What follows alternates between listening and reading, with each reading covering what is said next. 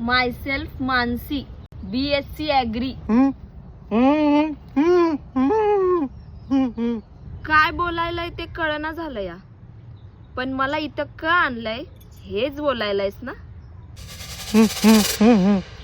परवा आमच्या पोरीचा बर्थडे होता. अहो, आम्ही गावी दुष्काळ पडला म्हणून कामासाठी मुंबईला आलो, आणि बर्थडे म्हणजे दुष्काळात 13वा महिना. आजूबाजूची 7-8 पोरं बोलवलं, घर सजवलं, केक आणलं, आणि स्वयंपाकात पनीरची भाजी आणि रोट्या बनवल्या. बापाचं काळीज हो, बोलला करू खर्च. अहो, पण भाजी बनली तिखट. समद्या पोरवांनी थोडी थोडी खाल्ली.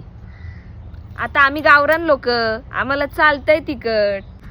माझ्या 6 वर्षाच्या मुलीनं दाबून खाल्लं आणि रातभर उलट्या. हॉस्पिटलवाले बोलले सिरियस आहे, काय पण होऊ शकतं. मग आम्हाला कळलं पनीरमुळे झालं.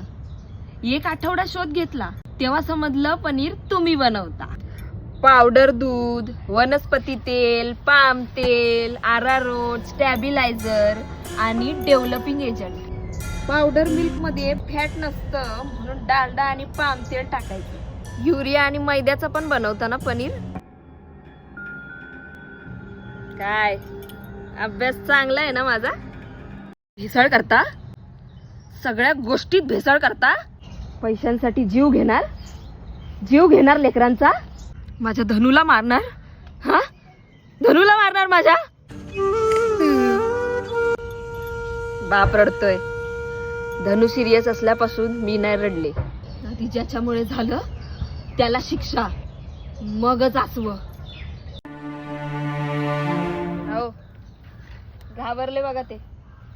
त्यांना पाणी द्या. वाचवा. ओरडू नका, कोण नाही येणार इकडं. जंगलात आहे आपण.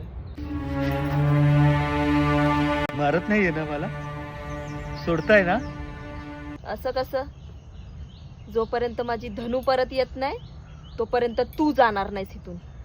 हो, त्यांची पट्टी नीट बांधा आणि रशी घट्ट.